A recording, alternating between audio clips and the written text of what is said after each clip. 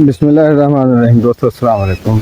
मैंने ज़िंदगी में सिर्फ दो ही लोगों को जो है वो परेशान पाया है, एक मुखलिस, दूसरा वफादार। और बाकी रही मुनाफिक और खुशामदी, तो वो उसे हमने हर जगह पर फिट ही पाया। वो ऐसा एक पुर्जा है, उसमें ऐसी फ्लेक्सिबिलिटी है, वो हालात को, माहौल को देखता है और वो अपने आप को उस माहौल के मुताबिक डाल देता है। मुखलिस और वफादार जो है वो हमेशा तंगी में, परेशानी में रहते हैं, क्योंकि वो जिसके साथ इखलास और मोहब्बत रखते हैं, जिसके साथ वो खुलूस के साथ रहते हैं, उनका जो है वो पूरी तरह ख्याल रखते हैं। उनके नुकसानात पर तकलीफ़ में आते हैं, उनकी मुश्किलों में मुश्किल में आ जाते हैं, उनकी खुशियों के साथ वो खुश होते हैं। यानी उनके खुश होने का मेयार जो है उनके अपने जो लिखते होते हैं उनके साथ होता है। उनके साथ वो चूँकि मुखलिस होते हैं, इखलास में रहते हैं।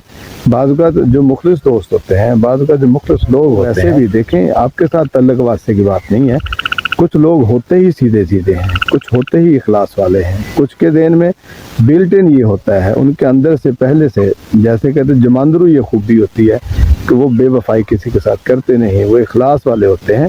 तो यही वजह होती है कि उन्हें जो है ले लिया जाता है, चुना जाता है, वो अच्छे कामों के लिए चुने जाते हैं। बाज़ औक़ात उसके लिए अच्छा काम क्या है, एक बिगड़ा शख्स है उसके साथ वो जुड़ जाते हैं, बिगड़ा हुआ शख्स है उसको सुधारने की तरफ लग जाते हैं। उस बिगड़े हुए बंदे को शायद अपनी तकलीफ़ों का, नुकसानात का, उन चीज़ों का अदराक नहीं होता, वरना वो करता है।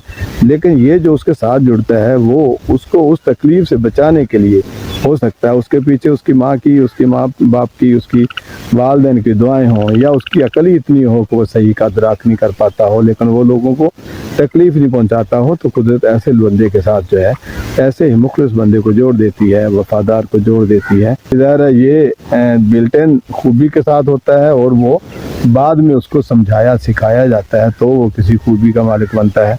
तो इसमें आके तकलीफ़ें, परेशानियाँ जितनी उसे आएंगी, तो वफादार को, मुखलिस को उसको झेलना पड़ता है, बर्दाश्त करना पड़ता है। उसको बहुत सारी चीज़ों में उसकी रहनुमाई करनी होती है, बहुत सारी चीज़ों का वज़न उसे उठाना पड़ जाता है बाज़ औक़ात। तो वो बंदा हमेशा हम मुश्किल में, तंगी में देखते हैं। वो किसी का भी नुकसान हो तो तकलीफ़ में आ जाते हैं, वो किसी का नुकसान या तकलीफ़ देख नहीं सकते, बर्दाश्त नहीं कर पाते।